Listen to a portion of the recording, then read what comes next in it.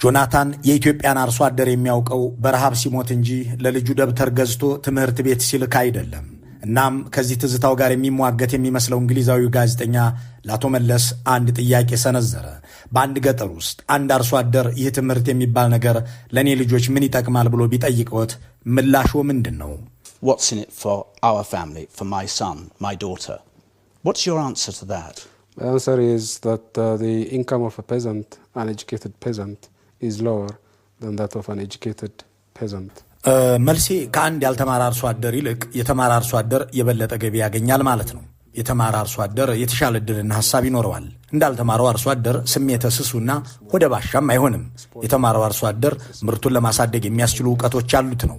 ይህ በቲዮሪ የምናውቀው በተግባር የሚያረጋግጥነው ጉዳይ ነው። We know that in theory, we have tested it in practice, and it works. እዚህ ጋር ስለ ኢትዮጵያ አርሶ አደር ሲነሳ ሌላኛውን ኢትዮጵያዊ ጋዜጠኛ መጥቀስ ያስፈልጋል። ጋዜጠኛው በእርግጥም ጋዜጠኛ ብቻ አልነበረም፣ የተዋጣለት የብዕር ሰውም እንጂ የሥነ ጽሑፍ አድባር እፍ ብላ ነፍስ የዘራችበት ደራሲ ነበር። ስብሐት ገብረ እግዚአብሔር። ስብሐት ግንቦት 20ን እንዴት ትመለከተዋለህ ተብሎ ሲጠየቅ እንደ መጋቢት 20 ብሎ መልሷል። ስሜቴ ለሁለቱም አንድ አይነት ነው እንደማለት። መለስን እንዴት ትመለከታቸዋለህ ተብሎ ግን አልተጠየቀም።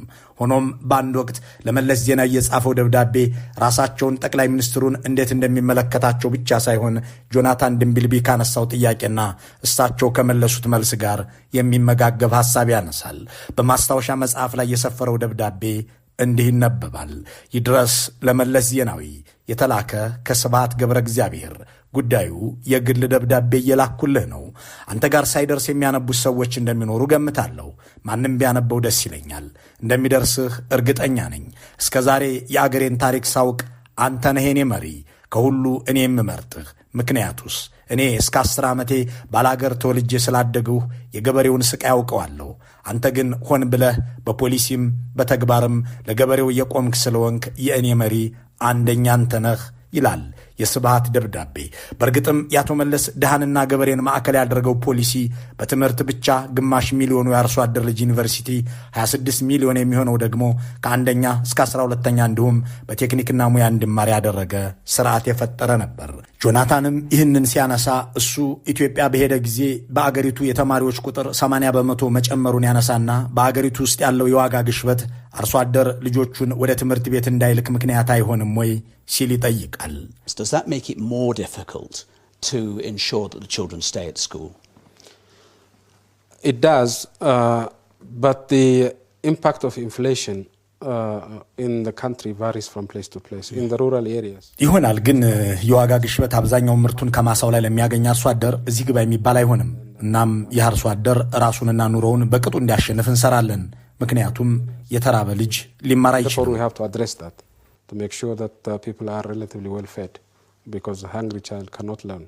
ጆናታን የትምህርት ጥራትንና የመማሪያ መሳሪያዎችን አቅርቦት አንስቶ ይጠይቃል። ከተጠያቂው ጋር ስለ መምህራን ይነጋገራሉ፣ ስለ ካሪክለም ያነሳሉ።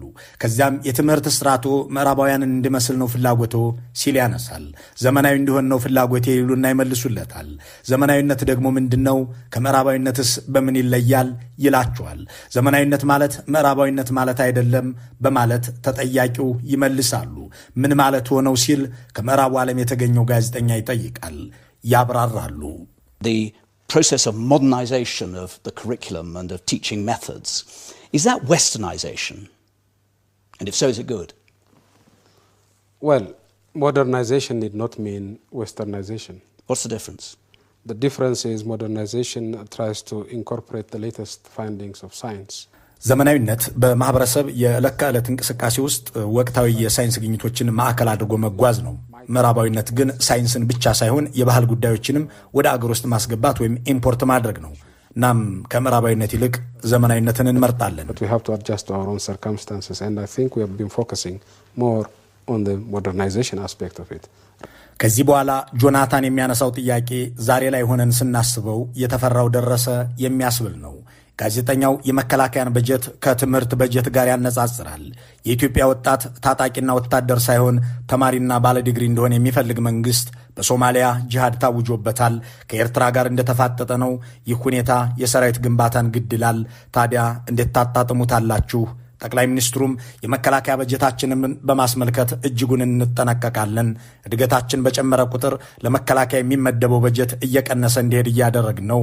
አሁን ከአጠቃላይ የአገሪቱ ጥቅል ምርት መከላከያ እየተመደበለት ያለው 2% ብቻ ነው ሲሉት፣ ጋዜጠኛውም እኔ ከዚህ በፊት የማውቃት ኢትዮጵያ ከአጠቃላይ ጥቅል ሀብቷ 60%ውን ለመከላከያ የምትመድብ ነበረች እኮ በሚል ፈገግታ የታጀበ መገረም ትዝታውን ያጋራል። Your terms of national security from the educational goals that you think are so vital.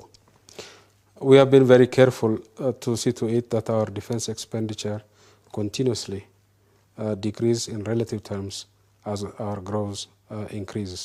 At the moment, it's about 2% of GDP. About what? 2% of GDP. From when it was, I can remember that was up 50-60%. 30. ይህ የቢቢሲ ጋዜጠኛ እንደገና ወደ ኢትዮጵያ ቢመለስ ዛሬ አንድም ዩኒቨርሲቲ ያልገነባም $10 ቢሊዮን የልማት በጀት አጥፌ እዋጋለሁ የሚሉ መሪን ያገኝ ነበር። የመከላከያውን በጀትም 87% በአንድ ዓመት ውስጥ ያሳደጉ ሌላ ጠቅላይ ሚኒስትርን ይተዋወቅ ነበር። ጆናታን ድንቢልቢ የተደነቀባቸው ትምህርት ቤቶች ያፈሯቸው ተማሪዎች ዛሬ ጠመንጃ አንግተው ወይ የመንግስት ወታደር ሆነዋል አሊያም መንግስትን እየተቃወሙ እየተዋጉ ናቸው። ለአገር ልማትና እድገት ተብሎ የተማረውን ትውልድ ለጦርነት አገርን ለመለወጥ ተብሎ የተፈራውን ጥሪትም ለውጊያ ያዋሉት የዘንድሮ ገዢዎች እነሱም የግንቦት 20 ፍሬ ናቸው። ያልታደለ ትውልድ፣ ያልታደለ አገር ሌላ እልቂት ውስጥ ይገኛል። መልካሙን ሁሉ በመመኘት በዚሁ እንሰናበታለን።